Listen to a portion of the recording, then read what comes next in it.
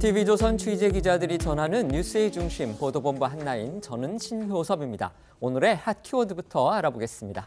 네, 첫 번째 키워드는 사과하고 지우면 끝입니다. 국민의힘이 5.18 폄훼 논란을 일으킨 도태우 후보가 진정성 있게 사과했다면서 공천을 유지하기로 결정해 야당의 비판을 받았습니다. 민주당에선 정봉주 후보가 DMZ 목함질의 사건을 소재 삼아 조롱한 영상이 공개되자 삭제하고 사과했지만 여당은 반발했습니다. 다음 키워드는 부화내동 유감입니다. 야권 비례대표 정당인 더불어민주연합의 시민사회 추천 후보들이 반미 전력 등으로 줄사퇴하면서 민주당과도 갈등을 빚고 있습니다. 시민사회 측은 여당의 종북몰이를 규탄한다면서 재추천을 요구한 민주당을 향해서도 부화내동하지 말라고 직격했습니다.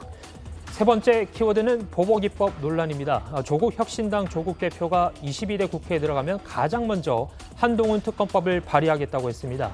여당은 한 위원장이 검찰 시절 조국 일가 수사 지휘란에 있었던 점을 들어 정치보복으로 자신의 범죄 혐의를 덮어보겠다는 술수라고 했습니다. 그다음 키워드는 물러서지 않는 윤입니다. 윤석열 대통령이 어제 의대 정원 2,000명 증원을 포함한 의료개혁을 원칙대로 밀고 나갈 뜻을 재확인했습니다. 반면 전국 19개 의과대학 교수들은 비대위를 결성해 15일까지 집단 사직 여부를 결정하기로 하고 시민단체 정치권과의 연대도 모색하기로 했습니다. 다음 키워드는 날 끌어내리려던 것입니다. 이명박 전 대통령이 어제 한 강연에서 재임 시절 광우병 사태와 관련해 나를 끌어내리려는 거란 얘기를 들었다고 했습니다. 이 전 대통령은 하지만 나는 못 건드리고 그 다음 대통령을 끌어내렸다면서 이는 당시 시위를 주도했다 전향한 인사 얘기라고 주장했습니다. 마지막 키워드는 애플플레이션입니다. 지난해 이상기후에 따른 작황 부진으로 사과 도매 가격이 1년 만에 2배 넘게 뛰어 처음으로 10kg당 9만 원대를 기록했습니다. 최근 정부의 할인 지원으로 소매 가격 상승세는 주춤했지만 사과 저장량이 줄고 지원에도 한계가 있는 만큼 더 오를 가능성은 남아 있습니다. 반윤석열 연대를 형성하겠다면서 비례 위성정당까지 만들어서 군소정당, 또 제야 시민 세력과 손을 잡았던 민주당이 뜻밖의 암초를 만나서 공경에 빠졌습니다. 민주당이 주도한 야권 통합형 비례정당의 후보 공천을 두고서 파문이 커지고 있는 건데요. 앞서 시민사회 측에서 추천한 여성 비례 후보 2명의 이 반미 활동 이력이 논란이 되면서 여권의 공세가 쏟아졌고요. 이러자 민주당에서 즉각 시민사회 측에 후보 재추천을 요구하면서 사실상 여당 편에서는 그런 모양새가 되니까 이 공세 표적이 된 여성 후보 2명, 어제 잇따라 자진 사퇴 의사를 밝혔습니다. 하지만 이게 논란의 끝이 아니라는 게 더 큰 문제로 보입니다. 네, 먼저 이 시민사회 여성목 비례 1번으로 전지혜 금융정의연대 운영위원이 이 사퇴 의사를 밝혔다는 소식 어제 나왔었는데요. 그 뒤를 이어서 어제 오후에는 이 사드 배치 반대 시위 등 반미 활동 이력이 논란이 된 정영희 구례군 농민회장도 사퇴 의사를 밝힌 겁니다. 정 회장은 입장문을 통해서 젊은 청년의 꿈을 꺾어가며 국민후보 재추천을 요구했다면서 민주당에 유감을 표했는데요. 또 이 반평생 여성 농민과 더불어 살아온 자신의 삶이 부정당했으며 사드 배치 반대 집회에 참석했다는 이유로 종북몰이의 희생양이 됐다라고 강조를 하면서 더 이상 여당의 정치 공세의 빌미로 쓰이고 싶지 않다라고 말했습니다. 정영희 회장이 여당은 물론이고요. 이 민주당 측에도 강한 유감을 나타냈는데요. 민주당에서 정 회장에 대한 후보 재검토를 요구한 건 이 진보당 가입 이력에 대한 문제의식, 이것도 있었던 것으로 전해졌습니다. 이른바 이 위장 탈당을 통한 또 다른 진보당의 의석 얻기 시도가 아니냐, 이런 의심이 나온 겁니다. 네, 저희가 더불어민주연합 핵심 관계자와 통화를 해봤는데요. 이 관계자는 정영희 회장이 지난 2월에 진보당에 입당을 했다가 이번 달 말에 탈당한 것으로 안다고 말을 했습니다. 아시다시피 야권비례연합은 지난달 시민사회 추천 후보를 비례 상위 순번에 배치하기로 합의를 했는데 정 회장은 이런 합의 이후에 진보당을 탈당한 셈이 됩니다. 이 때문에 민주당 내부에서는 정 회장의 진보당 탈당 시기를 두고 비례 후보를 응모하기 위한 것 아니냐는 문제의식도 있었다라는 게 전언입니다. 또 정 회장은 어제 입장문에서 자신을 반평생 여성 농민과 살아온 삶이라고 강조를 했지만 반미 집회 등에서 발언을 해온 또 다른 행적들이 추가로 드러나고 있습니다. 과거 트럼프 전 대통령 방한 반대 집회에 참석했던 모습 직접 한번 보시죠. 우리는 전쟁 위협, 무기 강매, 강도적 통상 압력을 가하는 미 대통령 트럼프의 방안을 강력 규탄하며 트럼프에게 즉시 이 땅을 떠날 것을 요구한다. 미국이 먼저 대북 적대 정책을 중단하고 매년 실전을 방불케 하는 대규모 전쟁 연습을 중단하는 등 한반도 긴장고조 행위를 중단해야 한다. 전지혜 후보 또 정영희 후보가 사퇴했지만요. 이 민주당에서는 시민사회 측에서 추천한 다른 후보에 대해서도 재검토를 요구하고 있는 것으로 전해졌습니다. 결국 양측의 갈등 현재 진행형인 셈입니다. 네, 시민사회 측 추천 인사 중 남은 2명은요. 임태훈 전 군인권센터 소장, 김윤 서울대 의대 교수인데요. 사퇴한 두 후보처럼 여당으로부터 이념 공세를 받은 건 아니지만요. 민주당에서 당초 시민사회 추천을 요청한 추천 대상 기준과 달라서 재추천을 요구하고 있는 걸로 전해졌는데요. 민주당에서는 시민사회 측에 장애인이나 비정규직 노동자 같은 사회경제적 약자를 추천해달라고 했었다고 합니다. 하지만 국내 인권 문제와 관련한 활동을 해온 임태훈 전 군인권센터 소장과 또 의대 증원을 주장해온 김윤 서울대 의대 교수는 이런 기준과 부합하지 않는다고 판단을 한 겁니다. 특히 임태훈 후보의 경우에는요, 양심적 병역 거부를 주장해서 징역형을 받은 전력이 있습니다. 때문에 민주당에서 징병 문제에 민감한 20대 또 그들의 부모 표를 의식해서 정치적 부담을 느끼는 거 아니냐 이런 해석입니다. 이 사퇴한 두 후보를 포함해서요. 시민사회 측 후보를 추천한 이 국민후보심사위 이런 조직이 있습니다. 이 심사위에서는 이 민주당을 향해서 아주 강한 유감을 표시했습니다. 네, 이 국민후보심사위는요, 어제 저녁 성명서를 통해서 이 민주당의 부하 내동 때문에, 그러니까 이제 민주당이 여당의 비판에 동조를 했다라고 하는 겁니다. 이 민주당의 부하 내동 때문에 이런 사태가 벌어졌다라고 강하게 비판을 했습니다. 이 국민후보심사위는요, 후보들의 경력과 자질 등이 이 사회적 불평등 해소와 우리 사회의 이 진보적 변화를 위해서 적합하다고 판단했다, 이렇게 판단이 됐다라고 강조를 하면서 선출된 국민 후보에 대한 근거 없는 음해나 왜곡된 종북몰이를 중단해야 한다라고 주장을 했습니다. 그리고 이제 민주당을 향해서는요, 이 신중하지 못한 언행으로 스스로 세운 국민 후보의 정당성을 훼손하는 우를 범하지 말라라고 경고하기도 했는데요. 이렇게 이 국민 후보 심사위에서 강하게 반발을 하면서 정치권 일각에서는 이 야권 선거 연대 자체가 흔들릴 가능성, 이 부분에 좀 주목하는 모습인데요. 다만 심사위 측은 스스로 후보 등록을 포기한 두 여성 후보에 대해서는 본인의 선택을 존중한다라고 밝혔습니다. 시민사회 측의 비례대표 후보를 결정한 이 국민후보심사위에서는요. 민주당뿐만이 아니고요. 그간 공세를 이어온 여당 또 일부 언론을 향해서도 전방위적인 공격을 퍼붓습니다. 네, 국민후보심사위는 국민의힘과 일부 언론에 이 종북몰이가 다른 생각을 가진 사람은 용납할 수 없다는 위험한 발상을 드러내고 있다고 지적을 했습니다. 사회 경제적 약자를 대변할 국민 후보들에 대해서 시대착오적인 종북몰이를 하고 있는 윤석열 정부와 언론을 강력히 규탄한다고도 말을 했습니다. 그러면서 사퇴한 전지혜 운영위원은 시사저널 선정 2023 차세대 리더 100인 그리고 NGO 부문 10인의 한 명으로 선정된 인재라고 했고요.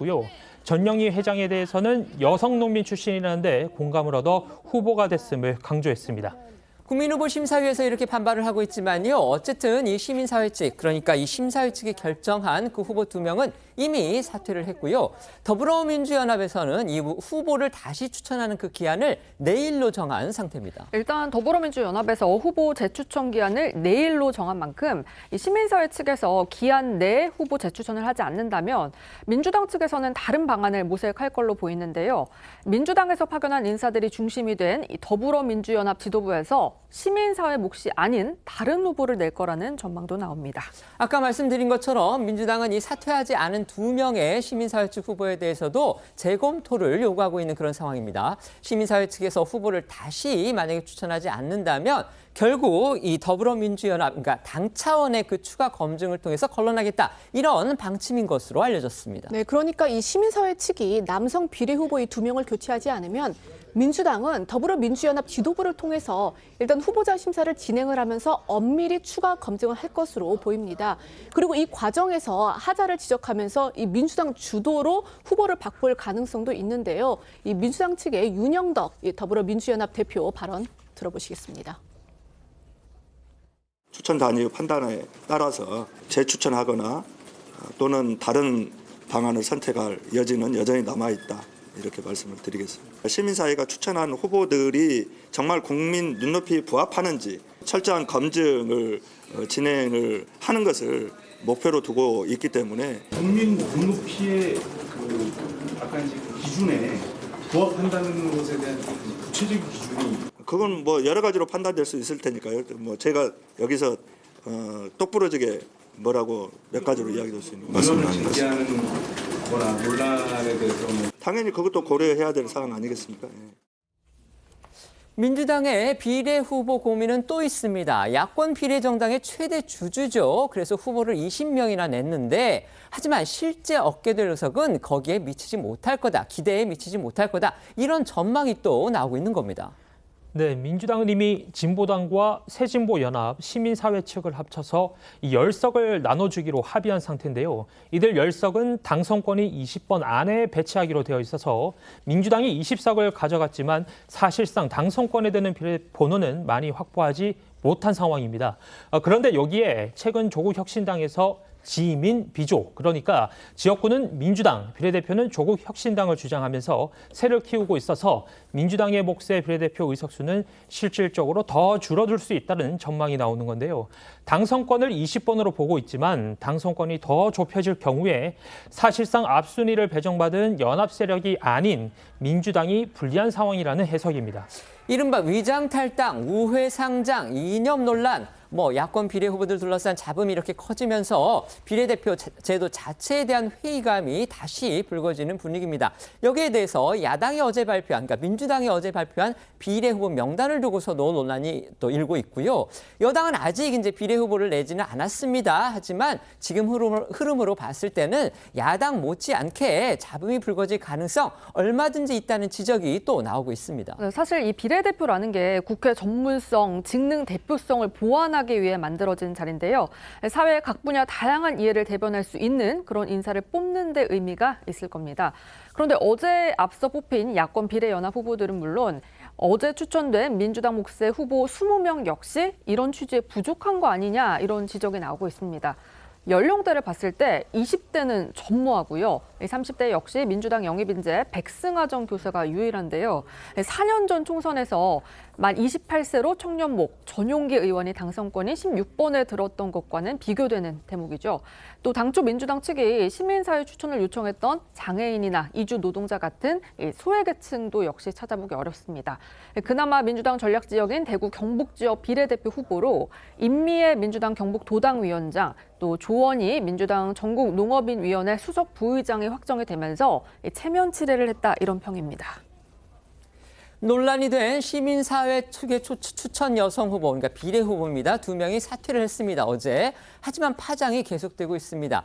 특히 이들을 추천한 이 시민사회 측의 국민후보심사위라는 이런 조직이 어제 저녁에 성명서를 내서 민주당이 부한회동하고 있다. 그러니까 여당 그리고 일부 언론에 대해서 민주당이 거기에 가세를 한 격이다. 이렇게 지금 아주 강하게 반발을 하고 나서면서 이 연대에 과연 균열이 나는 건 아니냐. 이런 식의 어떤 또 우려 내지는 그다음에 지적까지 나오고 있는 상황이 돼버렸습니다. 이 상황 어떻게 평가하십니까? 사실 마찰음이 나오고 있는 건 사실인 것 같고요. 다만 이 상황에서 주도권을 쥐고 있는 건 민주당입니다. 민주당이 양보를 하면서 같이 외연을 넓혀나가자. 우리가 병립형으로 과거 회귀하는 이런 이야기가 나왔었고 준연동형을 유지하기로 했지만 위성정당을 사실상 생기면서 뭔가 다당제에 대해서 민주당이 책임이 있다라는 그 기조에 있는 거 아니겠습니까? 그런데 선거는 철저하게 국민 눈높이에서 후보를 내고 치러져야 될 겁니다. 그렇기 때문에 전지의 이 후보 같은 경우에도요. 지금 한미연합훈련 그 반대하는 게 민주당의 당론이 아닙니다.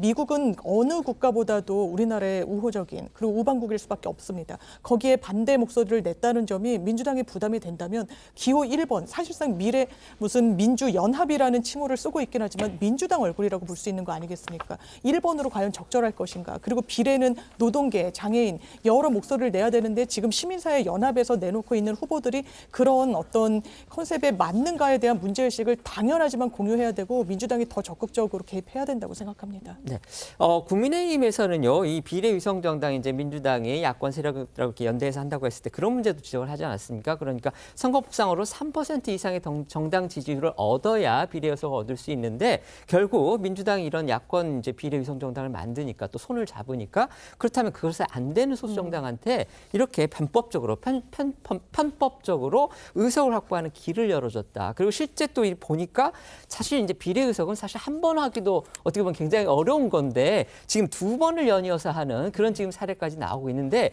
여기에 대해서 지금 반미 전력 또 이념 논란 이런 것까지 불거지니까 결국 민주당이 상당히 스스로 곤혹스러운 처지에 빠지는 그런 상황이 된 듯합니다. 어떻게 평가하십니까? 지금 비례 2번 하겠다는 사람이 아마 용해에 있는 의원인 것으로 알고 있고요. 준연동형 비례대표제의 취지를 완전히 민주당이 지금 교란시킨 거죠. 지금 말씀하신 그 문제점 때문에. 그러면 민주당이 아주 이러한 소수 정당이나 시민단체에게 시혜를 베풀었느냐? 그건 아니에요. 비례대표 주고 지역구에서 소위 이제 후보 단일화라든지 진보당 몇 석 띄워주고 나머지는 표를 몰겠다라는 계산을 한 것인데 지금 여기서부터 한계가 드러나는 것이고 또 대한민국에 있는 비례대표제의 취지까지도 지금 퇴색시키는 이런 상황을 만들었는데 그럼 민주당이 왜 지금 추천을 했음에도 불구하고 이런 상황을 만드느냐. 지금 중도로 확장되려면은 소위 주한 미군이라든지 한미 동맹의 정신을 반대하는 사람들을 1, 2번에 놓고는 표를 받을 수가 없는 데다가 조국 변수가 상당히 영향을 주죠. 왜냐하면 민주당 지지자들의 상당수가 지금 조국 비례정당을 뽑겠다는 상황이다 보니까 중도 확장도 안 되고 민주당 지지표도 모으지 못하면은 이것이 상당한 타격이 있을 것이라는 것을 지금 자각하면서 지금 이제 소위 국민 추천 해가지고 그 비례대표를 뽑는 추천위원회에 압박을 가하는데 제가 볼 때 이 위원회는 지금은 부안해동 한다고 하지만 결국은 또 추천을 할 거예요. 왜냐하면 아까 말씀하신 대로 주도권은 민주당이 갖고 있으니까. 그래서 우리나라 준연동형 비례대표제가 얼마나 모순투성이인지를 민주당 스스로가 지금 보여주고 있는 상황입니다. 네. 어제 저희가 여야 일부 후보들을 둘러싼 잡음 소개해드렸는데요. 오늘도 또 여기저기서 문제들이 터져 나왔습니다. 과연 이 여야의 후보 검증이 제대로 된 건지 또 했다고 해도 그게 국민 눈높이에 맞는 건지 의문을 갖기에 충분한데요. 먼저 민주당에서는요. 이 친명계 후보의 막말 논란이 또 터져 나왔습니다.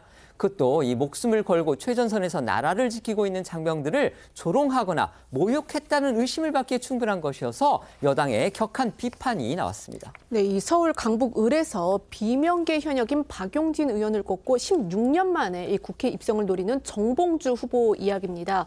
문제가 되고 있는 정 후보의 발언은요, 지난 2017년 한 유튜브 방송에서 나온 것인데 정 후보가 공천이 된 이후에 이게 이제 온라인에서 재조명되면서 다시 도마 위에 오른 겁니다. 정 후보는요, 당시 이 평창 동계올림픽을 앞두고 북한 스키장 활용 방안을 두고 이제 패널들과 대화하던 중에 DMZ에서 발목 치료를 받는 사람들에게 목발을 경품으로 주자라는 취지의 발언을 한 겁니다. 목소리 잠시 들어보시겠습니다. 저기 DMZ는 멋진 거 있잖아요. DMZ. 발목질에. 그러니까. 아니 그리고 DMZ에 들어가고 경품을 내는 거야. 발목질에 밟는 사람들한테 목발 하나씩 주는 거야. 정 후보가 이런 말을 하기 불과 2년 전에 우리 장병이 DMZ에서 북한군이 매설해 놓은 목함지뢰를 밟아서 이 다리를 잃는 그런 참사가 있었죠. 때문에 이 발언이 더 큰 분노를 일으켰던 겁니다. 네, 말씀하신 대로 당시 정 후보의 발언을 두고 2015년 발생한 우리 군의 비극적인 사고를 희화한 것 아니냐 이런 비판이 나왔고요. 일각에서 부상한 병사들을 모욕하는 반인륜적 망언이라는 비판이 제기되기도 했습니다. 그런 부분이 걸렸는지 이 목발 경품 발언이 담긴 유튜브 영상은 삭제된 상태라고 하는데 이 정 후보자 이 공천 확정을 전후해서 언론들이 이 문제를 보도해 논란이 확산이 됐고요. 국민의힘에서도 비판이 나왔습니다.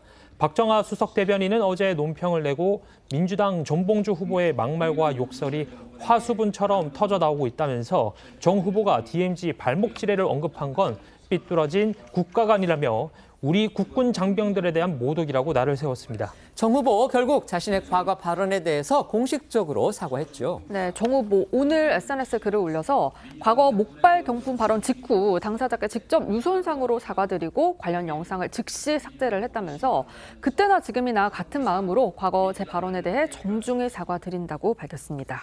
정 후보는요, 아시다시피 과거 김어준 씨 등과 함께 이 친야 팟캐스트였죠. 낙곰수의 일원으로 활동하면서 보수 진영으로부터 많은 비판을 받았던 인물입니다. 그의 막말 논란 이미 여러 차례 불거졌습니다. 네, 대표적으로 정 후보가 4년 전 총선에 도전하면서 금태섭 전 의원을 향해서 욕설을 퍼부었던 사실 역시 금 전 의원의 폭로로 터져나온 바 있었고요. 또 본인 유튜브 채널에서 이 비난 댓글을 다는 네티즌들에게도 욕설을 한 걸로 알려졌습니다. 민주당의 또 다른 친명 인사로 분류되는 김준혁 전략기획 부위원장의 이 과거 언행도 뒤늦게 알려져서 논란을 불렀습니다. 네, 이 수원청 경선에서 박광원 전 원내대표를 꺾은 이 친명계 김준혁 후보는요, 지난 2019년 한 유튜브 방송에서 이 박정희 전 대통령을 이제 비하하며 약간 이제 정제되지 않은 발언을 쏟아냈던 사실이 알려지면서 논란이 됐었는데, 그런 김 후보가 이 공천이 확정된 다음 날인 지난 7일에 방송인 김어준 씨가 진행하는 이 유튜브 채널에 나와서 이 논란이 되는 발언을 또 한 겁니다. 이 경선에서 승리한 비결로 하늘의 뜻, 하늘의 계시라고 말해서 뒷말을 낳았는데요. 관련해 목소리 들어보시겠습니다. 많은 분들이 여기는 안 된다 그래도 여기는 어렵겠는데 이렇게도 얘기했거든요. 저는 그렇지는 않습니다. 예, 저는 이길 자신이 좀 있었고요. 제가 선거를 하면서 약간 좀 진인사 대천명 이런 말이 예전에는 좀 우습게 들렸고 제대로 이해가 안 됐었는데 이번에는 좀 그런 생각이 확실하게 들었어요. 하늘의 뜻이 이번에는 새로운 인물로 바꾸기를 원하는구나 하는 그런 생각을 좀 가졌고요. 이 발언에 대해서는요, 야권 지지층 사이에서조차 비판이 나왔다고 합니다. 결국 김 후보도 사과했죠. 네, 그렇죠. 이 경선 결과 발표가 나온 지 얼마 안 돼서 공개적으로 이 경선 승리가 하늘의 뜻이라고 말하는 건 부적절하다라는 비판이 이 야권 지지층 사이에서도 나왔다는 건데, 이에 김 후보는요, 바로 다음 날인 지난 8일에 이 같은 방송에 나와서 무명의 김준혁이 어떻게 박광원 의원을 이길 수 있었겠냐라면서 철저하게 당원과 시민들의 승리였다라면서 죄송하다라고 고개를 숙였습니다. 김준혁 후보는요, 이재명 대표를 이 정조에 빗대는 내용의 책을 낸 사실이 알려져서 또 화제가 되기도 했습니다. 네, 맞습니다. 김준혁 후보는 원래 정조를 연구해온 역사학자인데요. 이재명 대표가 대선 후보이던 2021년 8월에 이재명에게 보내는 정조의 편지라는 책을 출간해서 관심을 모으기도 했습니다. 또 과거 이재명 대표 생가를 방문한 사실을 밝히면서 이 대표가 태어난 자리 바로 앞에 200년이 넘는 큰 소나무가 있는데 그 소나무 기운이 이 대표에게 간 것 아닌가라고 말한 사실도 뒤늦게 알려졌는데요. 이에 야당 일각에서는 이 같은 발언으로 친명 이미지를 굳힌 것이 경선에서 권리당원 등의 표를 얻는 데 도움이 됐을 것이다라는 해석이 나오기도 있습니다. 관련해서 목소리 직접 들어보시죠. 이재명 또 정조 두 분 모두 다 개혁가 아니겠습니까? 그렇죠. 혁신가이기도 네. 하고 그래서 이재명이라고 하는 개혁가와 정조라고 하는 개혁가가 만나면 어땠을까? 절대 군주였음에도 불구하고 백성들과 엄청난 소통을 합니다. 저는 이재명 후보가 사실 굉장히 뛰어난 소통의 리더입니다. 생가 자리 그 앞에 200년 넘은 큰 소나무가 있었어요. 그 소나무의 기운이 이재명한테 간 게 아닌가. 나는 이제 그런 생각이 막 드는 거야.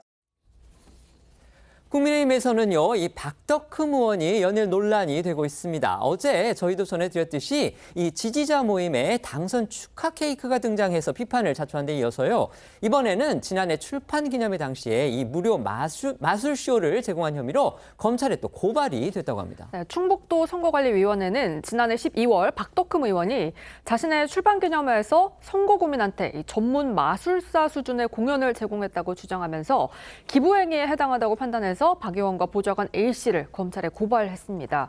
앞서 지난 1월 민주당 충북도당은요, 선거구민에게 전문 마술쇼를 무료 제공한 건 선거법상 기부행위 위반에 해당한다면서 박 의원을 도 선관위에 고발한 바 있는데요. 당시 박 의원은 평소 알고 지낸 아마추어 마술사가 아무런 금전 대가 없이 재능 기부 차원에서 공연한 거다라고 해명한 바 있지만 선관위 이 전문 마술사 공연에 해당한다라고 해석을 한 걸로 보입니다. 앞서도 말씀드렸지만 박 의원은 이 섣부른 당선 축하 파티 논란에 휩싸였죠. 어제 방송에선 저희가 박 의원의 입장을 전해드리지 못했었는데요. 오후에 또 관련 입장이 나왔습니다. 네, 먼저 문제가 된 사건 잠시 설명해 드리자면요. 이 박 의원이 당내 경선에서 승리해서 공천이 확정되고 이틀 뒤인 지난달 27일입니다. 이 옥천군의 한 식당에서 지역 주민 모임에 참석을 했는데 그 자리에 축 당선 4선 박덕흠이라고 적힌 이제 케이크가 준비가 돼 있었다는 거죠. 이에 민주당 충북도당은요, 유권자를 철저하게 무시하는 처사다라고 비판을 했고, 한동훈 비대위원장 역시 이 박연을 향해서 공개적으로 경고의 메시지를 전했습니다. 목소리 들어보시겠습니다. 여기는 우리 모두가 국민의 사랑을 받고 선택을 받기 위해서 절실하게 뛰고 있습니다. 그런 행태를 보이면 절대로 안 됩니다. 저는 공개적으로 엄중히 경고하고, 그리고 비슷한 일이 사실 그게 맥락을 보게 되면은 어떤 상황인지는 알겠어요. 자기들끼리 그렇지만 누가 보던 안 보던 지금은 그런 일을 하면 안 됩니다. 이에 박덕흠 의원은 어제 오후 충북도청에서 기자들과 만나 사려 깊게 생각하지 못했다고 사과를 했는데요. 그러면서 외부에 알려진 내용은 상당 부분 사실과 다르다며 공천 축하를 받은 정도였다라고 해명을 했습니다. 이어 선거를 앞두고 이런 일이 생겨 송구하고 죄송하다고 거듭 고개를 숙였습니다. 사실 여당에서 정치적으로 폭발성이 더 큰 이슈로 지목됐던 건요, 이 도태우 후보의 5.18 폄훼 발언 논란이었습니다. 한동훈 비대위원장이 공관위에 재검토를 요청을 했고요. 다른 당 지도부도 이 공천 재검토 가능성을 밝혔는데 어제 공관위가 마라톤 논의 끝에 이 공천을 유지하기로 결론을 냈습니다. 야당은 물론이고요, 여권에서조차도 비판의 목소리가 나오고 있다고 합니다. 네, 도태우 변호사는요, 지난 2019년 한 유튜브 방송에서 5.18 민주화 운동과 관련해서 북한 개입 여부가 문제가 된다는 게 상식이다라고 언급한 사실이 알려지면서 파문을 불렀죠. 이후 도 변호사가 지난 9일 진심으로 사과드린다고 고개를 숙였지만 한동훈 위원장이 그제 이 당 공관위에 도 변호사의 공천 재검토를 요청을 했습니다. 어제 출근길 한 위원장의 목소리 듣고 오겠습니다. 도태우 후보도 그 입장을 앞으로 따르겠다는 사과문을 내기까지는 했죠. 저는 상황에서 제가 그래서 조금 다시 한번 재검토가 필요하다는 판단을 했던 것은 그 문제, 그 발언이 가볍지 않은 발언이라고 생각하기 때문입니다. 이분이 한 사과라든가 이런 걸 전체적으로 다시 한번 평가하고 되짚어달라라는 게 제 생각입니다. 하지만 당 공관위는 어제 장시간 경론 끝에 이 도 변호사가 2차례 대국민 사과를 한 것을 고려했다. 또 이 5.18 민주화운동 헌법 전문 수록에 대한 당의 입장을 존중한다고 한 점도 감안을 했다면서 이 공천을 박탈하지 않기로 결정을 한 겁니다. 공관위는 이 결정이 국민 눈높이에 맞다고 보느냐라는 질문에 대해서도 그렇게 본다라고 대답을 했는데요. 이로써 야당에서는 곧장 비판이 나왔습니다. 김부겸 상임선대위원장은 오늘 이 도 변호사의 공천이 유지된 데에 대해서 상식적으로 납득할 수 없다. 한 위원장에게 실망스럽다라고 비판을 했습니다. 목소리 들어보시겠습니다. 재검토를 지시하던 한 위원장은 꽤 멋있었습니다. 그러나 유지로 결정한 오늘의 한 위원장은 대단히 실망스럽습니다. 문제적 후보의 공천을 유지하기로 한 것은 상식적으로 납득할 수 없는 일입니다. 여야를 불문하고서 지금 후보들의 잡음이 계속 나오고 있는데요. 근데 또 공통된 점이 하나 있습니다.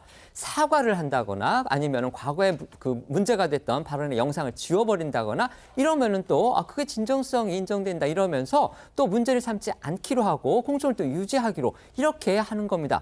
과연 이게 국민들한테 납득이 될 만한 일인지 여기에 대해서 의문이 제기되는 상황으로 볼 수도 있겠는데요. 어떻게 평가하십니까? 그렇죠. 무슨 총선이 고해성사하는 자리도 아닌데 일단 그렇게 하면 용서받는 걸로 치부하고 또 나가지 않습니까?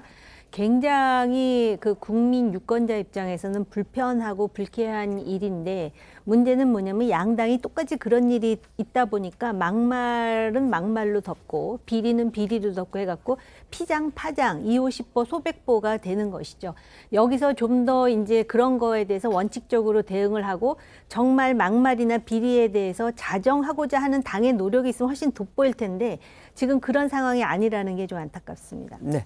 그러니까 민주당에서 나온 그 목함 지뢰를 갖고 농담을 삼았다는 건 사실 용납하기 어려운 부분이 있죠. 그런데 좀 5.18과는 결이 다른 부분도 있는 것 같습니다. 5.18은 이 후보자의 역사관 그리고 국민의힘이 지금까지 많이 좀 나은 자세를 보이기 위해서 헌법 전문회까지 5.18 정신을 시켰다고 비대위원장이 이야기하는 와중에 당에서 해명이 좀 더 논란을 키웠던 부분이 있거든요. 이거 우리가 다양성 차원에서 검토했던 부분이고 알고도 공천했다라고 이야기를 했습니다. 그리고 경선을 거쳐서 후보로 됐는데 나중에 국민 눈높이를 이야기하고 그러면서 공관위원장이 다시 유지하기로 했다는 부분에 대해서 이게 과연 국민 눈높이 눈높이에 맞냐는 기자 질문에 국민 눈높이 아닙니까라고 되물었거든요. 대단히 스텝이 꼬였다는 부분이 있죠. 그렇다면 이 부분을 국민들이 어떻게 판단하실까? 이게 너무 강성 지지층에 소구하는 그런 결론을 내버린 게 아닌가 차원에서 좀 아쉽습니다. 네.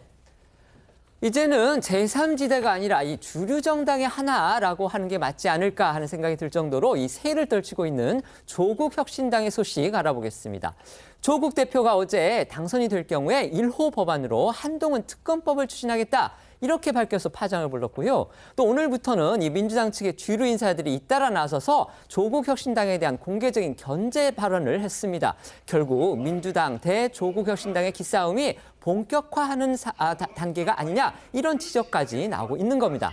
먼저 이 한동훈 특검법 제안에 대해서는요. 원내에 입성하기도 전에 이 정치 보복을 예고한 것이다. 이런 논란이 나오면서 후폭풍이 간단치 않습니다. 어제 이 조국 대표가 기자회견에서 꺼낸 주요 메시지가 이른바 한동훈 특검법 발의였습니다.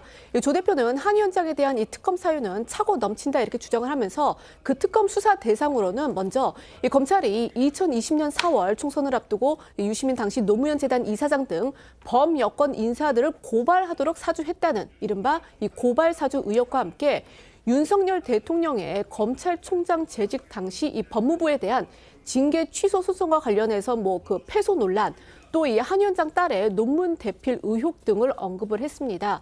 그러면서 검사 출신도 예외가 될 수 없고 법은 누구에게나 공평해야 한다 이렇게 강조를 했거든요. 어제 목소리 다시 들어보시겠습니다.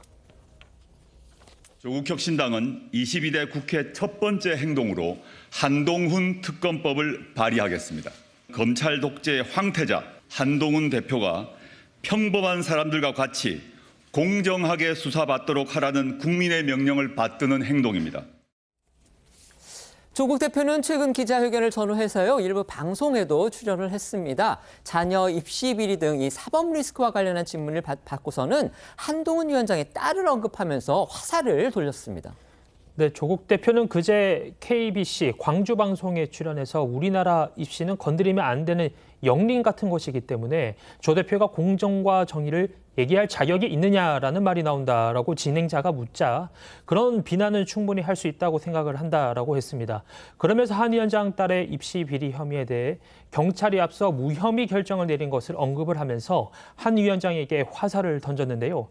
본인의 딸은 일기장과 체크카드까지 모두 압수수색까지 해서 따졌다며 한 위원장의 딸과 본인 딸 사이에 수사가 공정하게 이루어졌는지를 보고 비판해달라고 항변하게 됐습니다. 다만 조 대표는요, 자신의 정치 참여 결심에 대해서 2년간 윤석열 정권을 보다 보니까 도저히 안 되겠다는 판단을 해서 윤 정권과 싸워야겠다는 마음 때문이지 가족 때문은 아니다라는 취지로 답을 했습니다.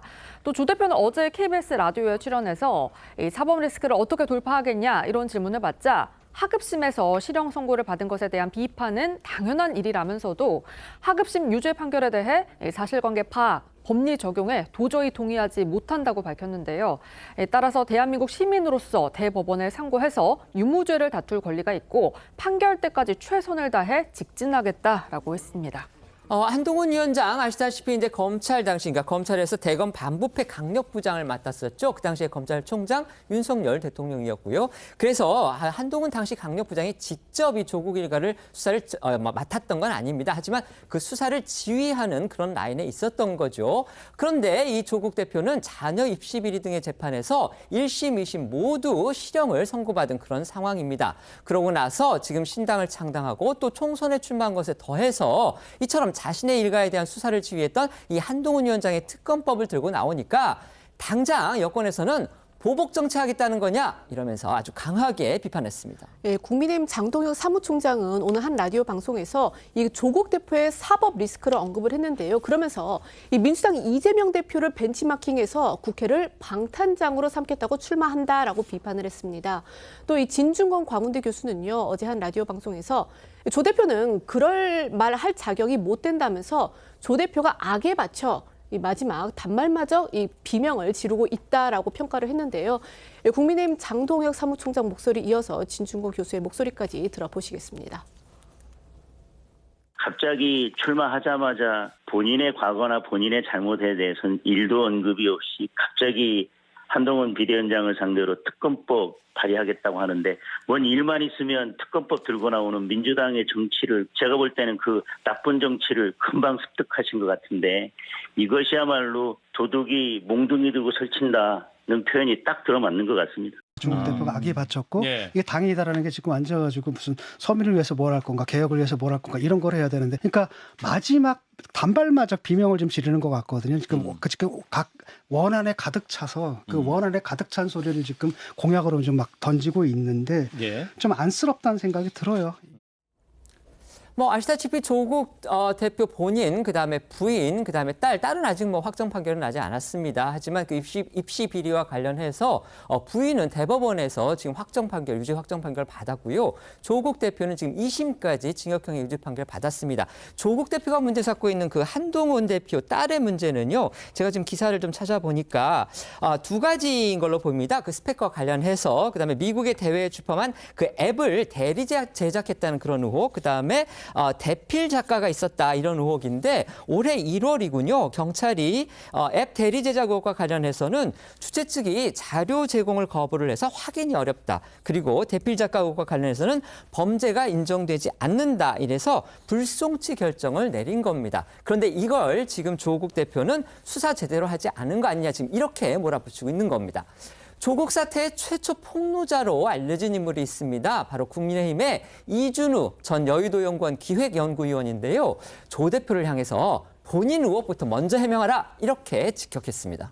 네, 이른바 조국 전문가로 알려진 이준우 전 연구위원은 지난 2019년 정치권을 뒤흔든 이른바 조국 사태의 시작을 알린 인물입니다. 최근 국민의힘 비례위성정당인 국민의 미래 비례대표 후보에 신청한 인물이기도 한데요.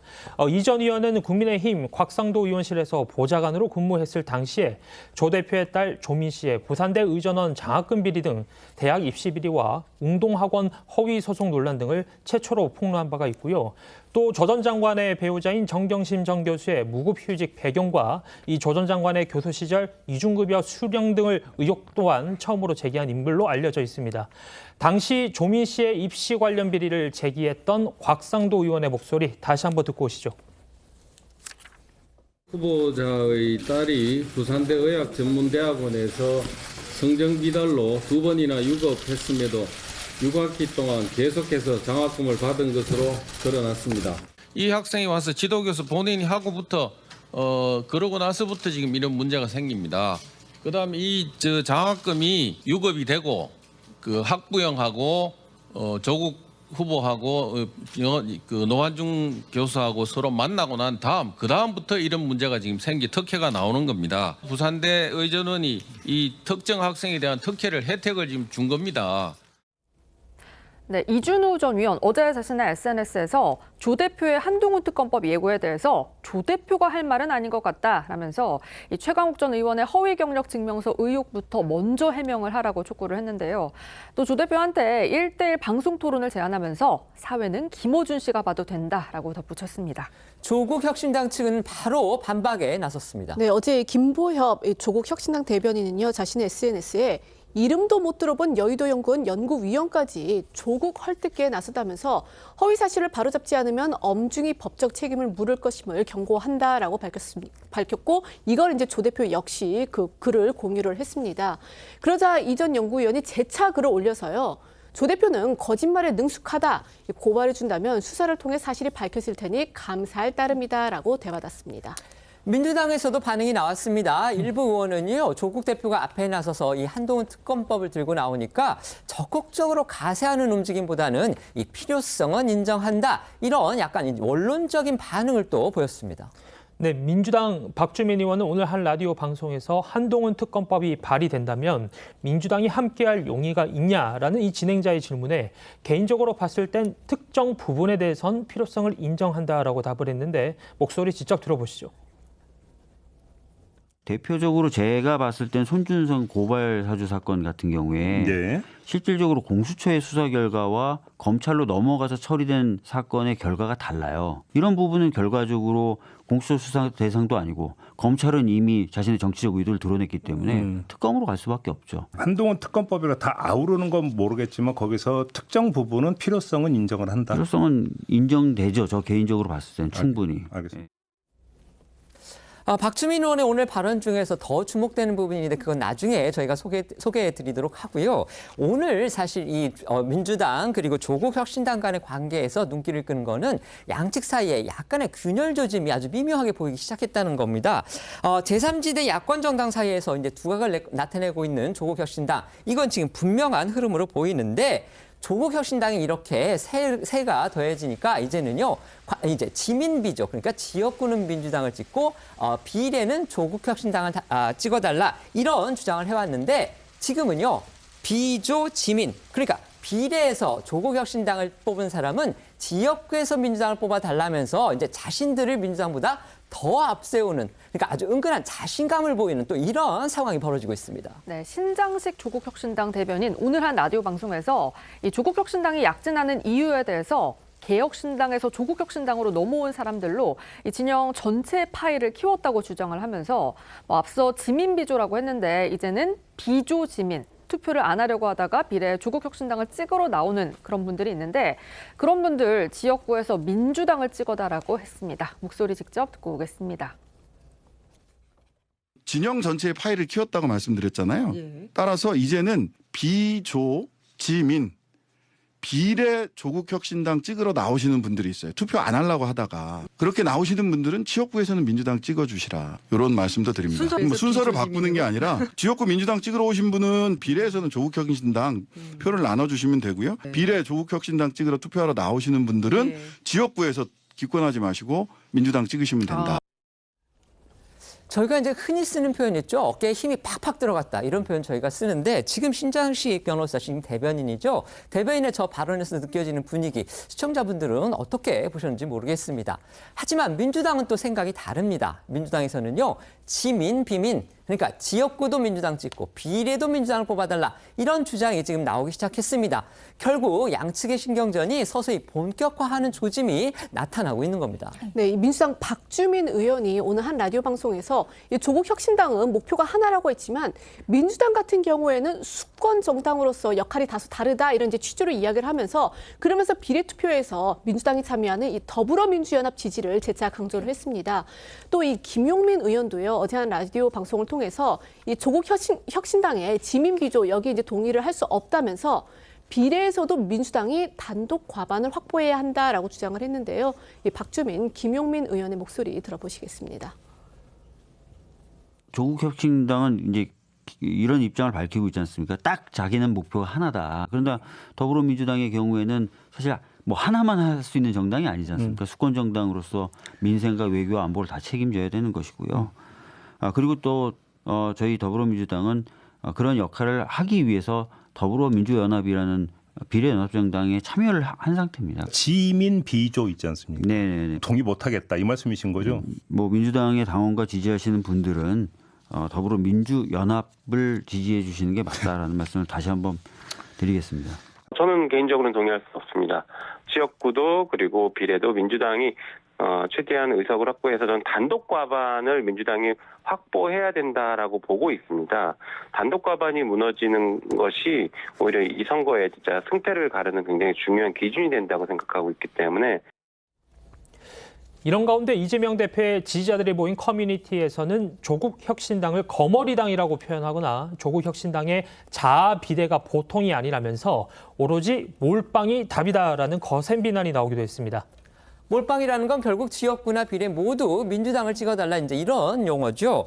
조국혁신당이 이처럼 좀 잘 나가는, 시쳇말로 잘 나가는 분위기를 보이니까요. 다른 제3지대 정당은 이 평가절하를 하면서 견제하는 듯한 모습 연일 보이고 있습니다. 네, 이준석 개혁신당 대표 오늘 최고위 회의에서 이 조국혁신당의 지지율 상승 현상에 대해 우리 정치가 나빠진 원인이라기보다는 최종적인 증상에 가깝다라고 평가를 했는데요. 그러면서 문제는 강성 지지층 국민이 아니고 국민을 동원의 대상으로 삼아서 이 정치적 출세에 이용해 먹는 정치 자영업자들이다라고 했습니다. 목소리 듣고 오겠습니다. 조국혁신당은 우리 정치가 나빠진 원인이라기보다는 최종적인 증상에 가깝다 이렇게 생각합니다. 끝없이 지지층의 분노를 부추기는 일에 몰두하는 화병선동자들이 대한민국 민주주의의 주적입니다. 개혁신당은 상대 진영을 향한 묻지마, 북창 정치는 하지 않겠습니다. 지금까지는 이제 민주당 그다음에 조국혁신당 결국 이제 지역구 비례대표 서로 이제 표를 갖다가 나눠 먹으면서도 연대하는 그런 양상을 좀 보여오는 듯했는데 어제 오늘 보니까요 이제 조국혁신당 측에서 아까 저희가 들려드렸죠 신장식 대변인이 이런 얘기를 했습니다. 비조지민 그러니까 비례대표 찍으러 조국혁신당을 비례대표를 찍으러 나오신 분들이 지역구는 민주당을 찍어달라 이렇게 얘기하면서 뭔가 자신들이 민주당보다 뭔가 앞에 있는 듯한 그런 느낌의 주장을 했습니다. 반면에 민주당의 친면 핵심계 의원들 두 사람은 이제 방송에 나와서 민주당 지역구도 찍어주고 비례대표를 우리를 찍어달라 이렇게 얘기를 한 겁니다. 결국 양측이 뭔가 이렇게 견제하는 듯한 그런 분위기가 이제 보이기 시작하는 것 같은데 네. 어디 공감하십니까? 이게 상호 보완적 성격도 있지만 좀 견제해야 되는 현실도 분명히 있는 것 같습니다. 다만 이제 민주당의 공천 잡음이 좀 있다고 했을 때 우리의 지지층이 선거에 안 나오는 거 아닌가라고 했을 때 오히려 조국혁신당이 뭔가 대한 세력으로 부상을 하면서 이곳에 표를 주기 위해서 나와야 되겠다라고 하는 어떤 흐름이나 이런 부분이 감지되는 것도 사실인 것 같습니다. 그래서 신장식 변호사가 이런 이야기를 하는 것 같고요. 사실 조국혁신당이 유의미한 수치라고 할 정도로 지지를 받고 있는 건 많은 부분들이 교차투표 이야기를 하고 교차투표의 이유를 물었을 때 이런 검찰 독재 종식에 공감했기 때문이라고 많은 비율로 이야기합니다. 조국이라는 개인 정치인에 대한 호감도가 높아서는 아니라고 생각이 들어서 오히려 조국 전 장관, 조국 대표가 이야기했듯이 민주당이 의지는 있지만 잘하지 못했던 것, 이 정부를 정확하게 어쨌든 지적하는 부분에 대해서 보완제 역할을 하는 부분이 있는 것 같습니다. 네. 4년 전에 총선 이후에 열린민주당은 민주당에 통합되지 않았습니까? 그런데 조국 대표는 이미 선거가 끝난 후에도 그런 통합은 있을 이유가 없다라고 선을 긋고 있잖아요. 그 자체가 이재명 대표의 민주당이 자신들의 정당에 대해서 어떻게 생각하는지를 정확하게 간파하고 있기 때문입니다. 그런데 아마 선거 때에 그런 일련의 그 음으로 양으로의 연대는 계속될 것이고요. 선거가 끝난 다음에 야권에 있어서 주도권을 누가 잡느냐를 가지고 야권 나름대로의 권력 투쟁이 예고되어 있다라는 그런 예상을 쉽게 할 수 있으리라고 보여지고요. 그렇기 때문에 민주당 내에 소위 친명 인사들이 지민 비민인가요? 그리고 몰빵론, 그리고 지지자들을 상대로 해가지고 지지자들이 내는 그런 왜 거친 말들 있잖아요. 아까 뭐라 그랬습니까? 거머리라 그랬나요? 뭐 이런 식으로 지금 조국 정당을 상대로 해가지고 견제구를 날리고 있는데 그런 일련의 미묘한 정치 현상을 여당 입장에서 전략적으로 활용하지 못하는 부분은 제가 조금 아쉽습니다. 물론 개인 생각이지만요. 네, 지금 이제 거머리라는 부분 말씀을 해주셨는데 사실 이거는 방송용으로서는 그렇게 적합하지는 않습니다. 근데 온라인 커뮤니티에서 지금 돌고 있는 발언이기 때문에 저희가 소개를 했는데 어쨌든지 간에 적절하지 않은 그런 단어인 건 분명해 보입니다. 여야 지역구 공천은요 마지막까지도요 이 개운치 않은 뒷말을 남기고 있습니다. 양당 모두 어제 일부 지역의 경선 결과를 발표했는데 국민의힘에서는 친윤 불패 흐름이 민주당에서는 비명 행사 흐름이 거듭 확인이 된 겁니다. 네, 먼저 이 민주당 상황부터 말씀을 드리자면요. 이 앞서 하위 20% 통보를 공개했던 이 비명계 지역구 현역이죠. 송갑석 의원이 광주 서구갑 경선에서 이 친명계로 분류되는 조인철 전 광주시 문화경제부시장에게 패해서 탈락했습니다. 이 송 의원의 경선 패배로 앞서 이 스스로 하위 20% 이하 이 통보를 받았다고 밝혔던 그런 의원들 중에서 경선에 참여한 그런 의원들 전원이 고배를 마시게 된 건데 또 이 충북 청주 흥덕에서는요 친문계 도종환 의원이 이 친명계 이현희 민주연구원 상금 부원장에게 졌고요. 경기 고양정에서는 이 비명계 현역인 이용우 의원이 김영환 전 경기도 의원에게 고배를 마셨습니다. 이 서울 중성동 을에서는요 친명계 박성준 의원이 당 원로인 정대철 전 의원의 아들 정호준 전 의원에게 승리를 하면서 이번 경선 발표에서도 친명 강세, 비명 약세 흐름이 이어졌다는 평가가 나옵니다. 그런가 하면요. 앞서 김남국 의원의 이 코인 논란이 불거졌을 때 공개적으로 당 쇄신을 요구하고 나섰던 민주당의 청년 정치인들 모두가요. 이 결과적으로 총선 과정에서 배제가 되거나 또 경선에서 탈락한 것으로도 확인이 됐습니다. 당시 이들을 향해서 이 친명 강성 지지층에 아주 격한 비난이 쏟아졌던 거 기억하실 겁니다. 네, 지난해 5월입니다. 민주당은 전당대회 돈봉투 의혹과 김남국 의원 코인 논란이 잇따라 터지면서 도덕성이 훼손되었다라는 비판을 받고 있었는데요. 당시 이동학, 이 박성민 전 최고위원 등 청년 정치인 8명은 국회에서 기자회견을 열어서 당이 위기감을 느껴야 한다고 비판의 목소리를 높였습니다. 이에 이재명 대표 강성 지지층은 이들의 행보에 거세게 반발을 했는데요. 이 대표 팬카페 제명인의 마을과 친야 성향 온라인 커뮤니티를 중심으로 이들 8명의 명단이 공유되면서 이른바 좌표 찍기에 나섰다는 말이 나왔고요. 코인 팔적 등으로 부르면서 비난하고 문자 폭탄을 보낸 데 이어서 이번 총선 과정에서도 낙선 운동을 벌였습니다. 그리고 결과적으로 이들 8명 가운데 7명이 총선 출마를 준비했지만 줄줄이 공천에서 배제되거나 경선에서 탈락했는데요. 이들의 낙천 소식에 강성 지지자들은 인터넷에서 이 당원 무서운 줄 알아야 한다. 김남국 의원에게 위로가 됐으면 한다라는 반응을 보이고 있다고 합니다. 또 앞서 전해드린 대로 이 송갑석 의원이 탈락을 하면서 이 민주당의 전통적인 텃밭으로 꼽히는 광주 지역에서는요, 비명계 현역들이 경선에서 패하거나 이 컷오프로 경선 기회조차 얻지 못하고 사실상 전멸하고 말았습니다. 그렇다면 결국 친명계 후보들이 공천장을 싹쓸이했다, 이런 평가가 가능해지는 겁니다. 네, 민주당 경선이 마무리된 광주 8개 선거 가운데 현역 의원이 살아남은 곳 단 한 곳, 광산을 지역뿐인데요. 그것도 검수완박 입법 과정에서 위정탈당 논란의 당사자죠. 친명계 민영배 의원이 공천장을 거머쥐면서 재선 도전에 나선 상황이고요.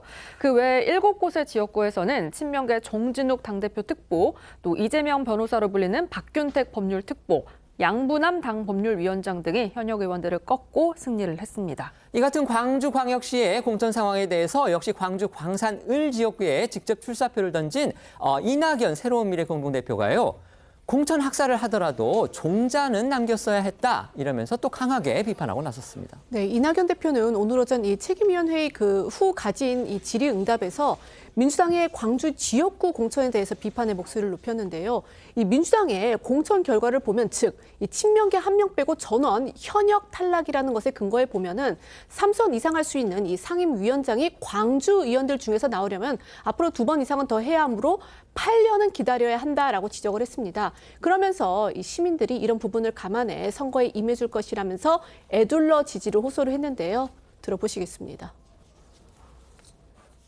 이른바 친명으로 알려진 한 분 빼고는 7명의 현역 의원 전원이 탈락되는 사태가 생겼습니다.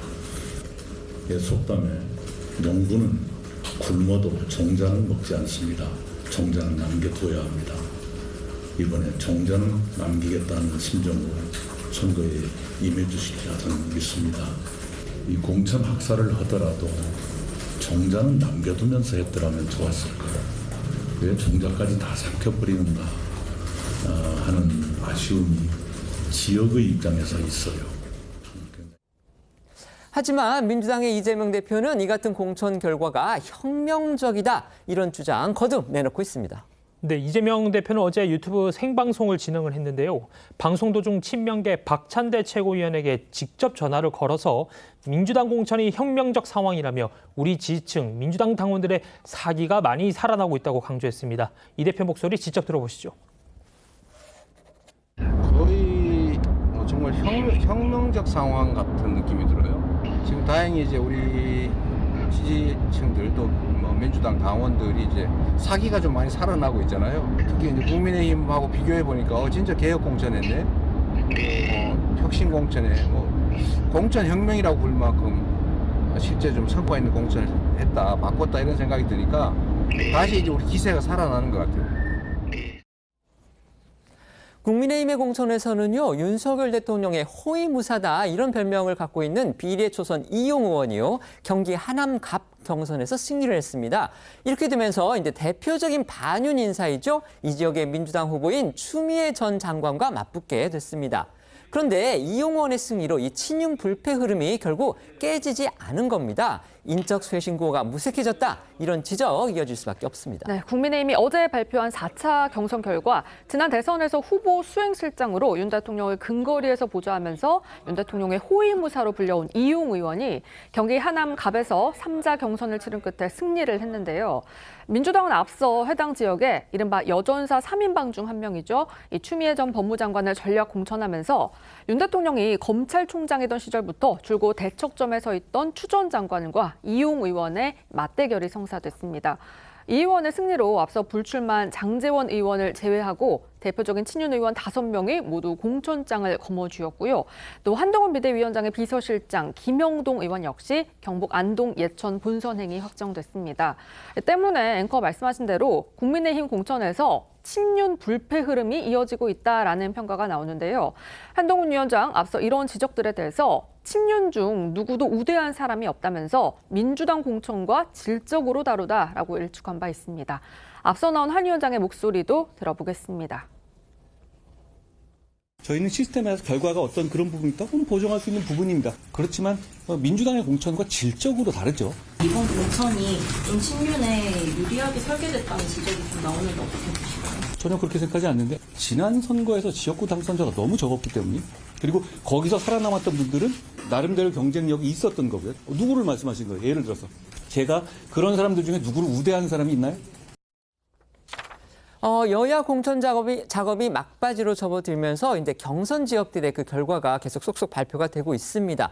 그런데요, 여는 여대로 또 야는 야대로 이른바 이 친윤 불패 그리고 이제 비명 행사 이런 흐름을 벗어나지 못하고 결국 계속 유지가 되고 있습니다. 그런데 여기에 대해서 이제 한동훈 국민의힘 비대위원장은 우리는 민주당 공천하고 질적으로 다르다 이렇게 지금 받고 있고요. 그다음에 민주당 이재명 대표는 우리는 공천 혁명을 하고 있다 이렇게 또 얘기를 하고 있습니다. 어떻게 생각하십니까? 자화자찬인데요. 과연 이번 이제 총선을 통해서 그것을 공천 혁명이라고 생각할지 아니면은 소위 친명과 그 비명 간의 소위 문명 충돌의 결과로 완전히 지금 친문이 학살됐다고 생각할지가 나올 텐데 저는 이제 그 본선에서 하남 갑입니까? 거기 대통령의 수행실장을 했던 인사와 그리고 법무장관 문재인 정권 하에 이 두 사람이 이제 대결을 하는데 과연 누가 승자가 될지가 굉장히 궁금한 그런 상황이고요. 시스템 공천이라고는 하나 아마 많은 사람들이 특히 이재명 민주당의 시스템 공천에 대해서 동의하지 않을 것 같아요. 오히려 이재명 시스템 공천이겠죠. 이재명 시스템.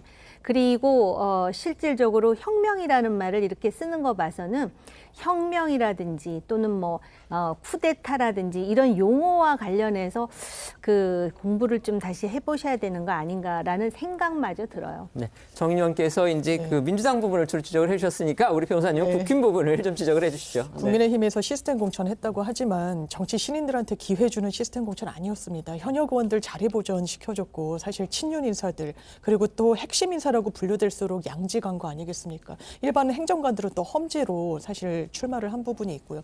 이런 것을 혁신 공천이라고 이야기할 수는 없습니다. 이런 부분들 국민들이 다 채점하고 계신다라고 생각하고요. 앞으로의 그 관건은 누가 더 혁신 공천을 했는지 여부에 또 달려 있다라고도 보여집니다. 네.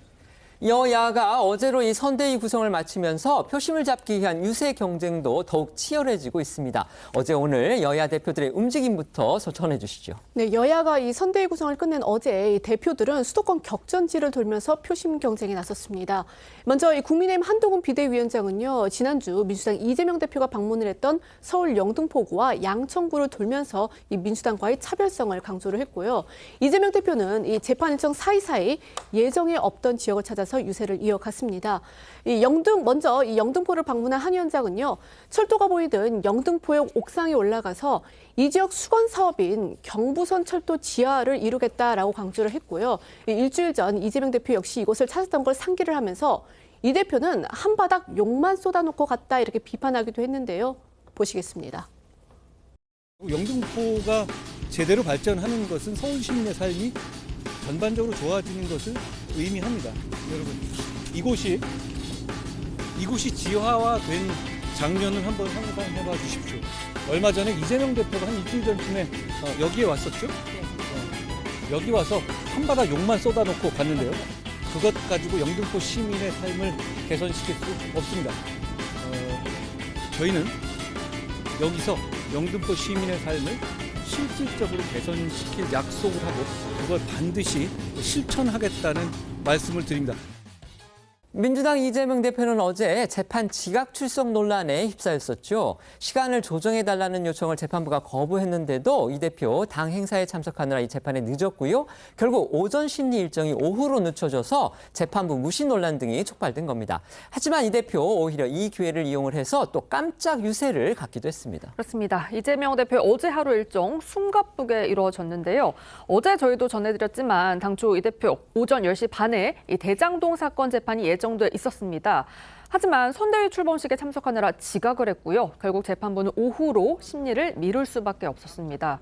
이렇게 돼서 시간이 붕 뜨게 되자 이 대표 법정에 있는 서초구 바로 옆 동작을 지역구를 찾아서 예정에 없던 유세 일정을 소화를 했습니다. 이재명 대표가 예정된 시각이 나오지 않으니까요. 재판부는 재판 기일을 오후로 변경했으면 이렇게 많은 분들이 안 나왔어도 됐을 것이다. 이 사건은 관심이 많은 사건이라 피고인의 입장에 따라서 기일 변경이 어려웠다. 이런 입장을 밝혔다고 합니다. 사실상 이 대표 측에 대해서 유감을 표명한 것으로 보입니다. 네, 이후 오후로 미뤄진 재판도 22분 만에 끝이 났고요. 이 대표는 다시 예정에 없던 인천 서구 을로 향했는데요. 이 대표는 유세 현장마다 윤정권 심판론을 강조했습니다. 어제 이 대표 모습도 영상으로 보고 오시죠. 유삼영 후보님 깜짝 방문을 하게 됐는데, 네, 제가 오늘 선대위 발족식 끝내고 법정으로 재판받으러 가는 길이었어요. 4월 10일은 심판의 날이고 오후 재판을 갔는데 또 재판이 좀 빨리 끝났어요. 예상과 다르게. 그래서 인천 서구 을로 갑자기 범계 출동을 하게 됐습니다. 또 재판까지 있는 데다가 얘들이 막 3중, 4중으로 겹쳐서 시간이 정말로 많이 부족합니다. 1분 1초를 정말 아껴서 한 표라도 더 얻어서 절대 져서는 안 됩니다. 이재명 대표 이제 재판 일정으로 시간이 부족하다는 점을 강조를 하면서 이 지지층의 결집을 호소하고 있는 건데요. 오늘은 대통령실이 있는 용산 방문 일정이 예정돼 있습니다. 네, 오늘 오후 4시 이재명 대표는요, 이 야권이 설정해 놓은 이른바 이 정권 심판 벨트의 핵심 서울 용산을 찾아서 유세에 나섭니다. 이 선대위를 공식 발족했고 또 지역이 지역인 만큼 오늘 용산에서는 이 정권을 향한 비판 수위도 더 높아질 것으로 예상이 되는데요. 또 그에 앞서서는 어제 이 깜짝 방문했던 서울 동작을을 다시 찾을 예정인데 이례적으로 이틀 연속 이 동작구를 방문을 하는 거는 이 현재 판세가 그다지 만족스럽지 못하다는 그런 판단 때문으로 해석이 됩니다. 국민의힘 한동훈 위원장은 오늘 하루 유세 일정을 쉬고요. 내일부터 부산과 광주 등 전국 표심 잡기에 다시 나섭니다. 선대위 전환 초반부터 쉽지 않지만 승부를 해볼 만한 곳을 우선적으로 찾아다니며 전체 선거판을 휘어잡기 위한 포석이란 분석이 나오는데요. 총괄 선대위원장으로서 이 여당 선거전에 원톱을 맡은 한 위원장이 상대적 험지에 경쟁력 있는 후보를 띄우면서 해당 지역뿐만 아니라 전반적인 중도층 지지 확장을 위한 세모리에 나섰다는 해석입니다. 어제 저희가 시간이 부족해서 충분히 전해드리지 못했는데요. 국민의힘은 이제 한동훈 위원장이 총괄 원톱, 또 나경원 전 의원, 안철수 의원, 원희룡 장관, 여기에 윤재욱 원내대표까지 공동 선대위원장을 맡는 그런 체제를 꾸렸습니다. 그야말로 이제 눈길을 끄는 거는 여당의 차기 대권 주자가 모두 모인 것이어서 정치적인 의미가 있다, 이런 평가가 나옵니다. 네, 국민의힘의 이번 선대위 구성은요, 상징성과 무게감 어느 때보다 크다는 평가가 나옵니다. 이런 선대위 구성은 한동훈 원톱 체제 아래 잠룡들을 통해서 당의 비전, 핵심 정책을 제시하면서 수도권과 중도층 표심을 잡아야 한다, 이런 의견이 적극 반영된 걸로 풀이되는데요. 이에 대해서 장동혁 사무총장은 이번 총선에서 대한민국을 바꾸기 위해서는 국민의힘의 서울, 경기, 인천 등 수도권 승리가 절실하다면서 나경원, 안철수, 원희룡 이 세 후보가 서울과 경기, 인천을 승리로 견인해 줄 걸 기대한다고 말했습니다. 목소리 듣고 오겠습니다. 그 수도권 지역구가 전체 지역구의 거의 절반에 가깝지 않습니까? 그런데 지난 선거에서 저희들이 크게 졌고 이번 선거에서도 지금도 여전히 어려운 상황이라고 할 수 있을 것입니다. 그래서 수도권에 출마한 세 분에게 공동 선대위원장을 부탁드렸고 조금 전에 말씀드린 것처럼 그분들이 가진 선거 경험이나 정치적 자산이 이번 총선에서 수도권은 물론이고 수도권을 넘어서 전국 선거에 큰 힘이 될 것이라고 생각합니다. 일각에선 이 여당의 선대위 구성에 조국 혁신당의 부상이 영향을 미쳤을 거다라는 해석도 나오는데요. 이게 무슨 말이냐면 이 선거가 한 달이 채 남지 않은 상황에서 수도권을 중심으로 해서 이 정권 심판론이 다시 부각될 기미를 보이니까 이 한 위원장 원톱만으로는 유리한 판세를 이끌기 부족한 거 아니냐 그런 이제 판단이 나온 것인데 이제 여기에 더해서 이 작년 3.8 전당대회 때 이 당 주류와 갈등을 겪었던 나경원, 안철수 두 중진을 끌어안은 점도 결국 이 총선 원팀을 위한 통합 메시지를 발산하기 위한 것이 아니냐라는 해석도 나옵니다. 이 관련해 어제 한 위원장의 목소리도 들어보시겠습니다. 특히 저는 주로 지역을 많이 다니면서 지역의 시민들을 많이 뵐 생각입니다. 그렇기 때문에 선거 경험이 대단히 풍부한 베테랑 분들이 모두 힘을 모아서 우리 국민의 힘이 내세울 수 있는 최선의 선거운동을 하려는 겁니다. 국민의힘이 어제 오후에 당 선대위 그 면면을 발표를 했습니다. 이제 눈길을 끄는 게 두 가지가 있었습니다. 하나는 잠룡, 이른바 이제 차세대 주자로 꼽히는 분들이죠. 한동훈 원톱 총괄선대위원장은 물론이고요. 나경원 전 의원, 그다음에 원희룡 전 국토부 장관, 그다음에 안철수 의원. 이들이 모두 한 자리에 모였다는 겁니다. 또 두 번째는 지난번 전당대회 때 이 당 주류하고 아주 갈등을 겪었던 분들이죠. 나경원 전 의원, 그다음에 안철수 의원인데 이 두 사람을 주류가 다 끌어안는 그런 모형새가 됐다는 겁니다. 자, 이게 어떤 의미가 있을까요? 인지도도 높고 또 이제 백지장도 맞들면 낫다 그러는데 당의 핵심 인사라고 할 수 있는 사람들이 같이 선대위를 구성해가지고 총력을 기울인다라는 의미가 있는데요. 그런데 제가 지금 기억하기로는 강서구청장 보궐선거 때도 이분들이 굉장히 열심히 선거운동을 했었거든요. 그래서 저는 이번에 총선인 만큼 중도 확장을 위해서 조금 선을 더 넘었어도 되지 않았을까라는 아쉬움이 있어요. 보수 결집을 하는 데는 확실하게 효과가 있을 것 같고요.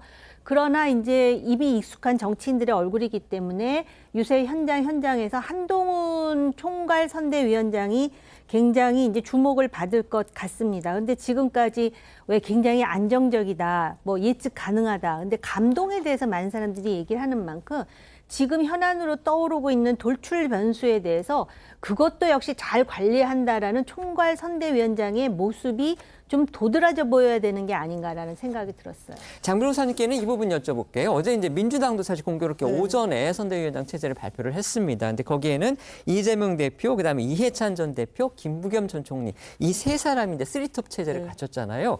이 쓰리톱 체제하고 그다음에 방금 말씀드린 국민의힘의 이 선대위원장 체제하고 어떤 점이 비교가 된다고 보십니까? 일단 국민의힘은 한동훈 비대위원장 얼굴로 치르겠다는 것 같습니다. 공동 비대위원장들이 다 본인 선거를 치러야 돼요. 그렇죠. 그리고 지역구에 나갔다는 말씀이시죠. 나경원 네. 전 의원 같은 경우에는 본인을 축출하는데 이름 올린 초선 연판장 돌린 초선들 굉장히 많이 공천받았는데 지원 유세하기 심정적으로 쉽지 않을 겁니다. 민주당의 컨셉은 그럼에도 불구하고인 것 같습니다. 이해찬 전 총리 쓴소리 던졌습니다. 임종석 전 실장 공천 과정 중에서요. 김부겸 전 총리 마찬가지였습니다. 공개적으로 비판했으니까요. 그럼에도 불구하고 민주당의 승리가 절실한 때이기 때문에 우리가 한 팀을 구상하겠다. 그리고 그 위험도도 분산하겠다. 그리고 이재명 대표는 여러 본인 선거도 치러야 되니까요. 아마 뒤로 약간 빠지면서 이런 당 원로들이 할 역할을 한다는 점에서 대비가 된다고 하겠습니다. 알겠습니다. 저희는 1분 뒤에 다시 돌아오겠습니다. 오늘 준비한 소식은 여기까지입니다. 저희는 내일 오후 1시에 더 핫한 소식으로 찾아뵙겠습니다. 시청해 주셔서 고맙습니다.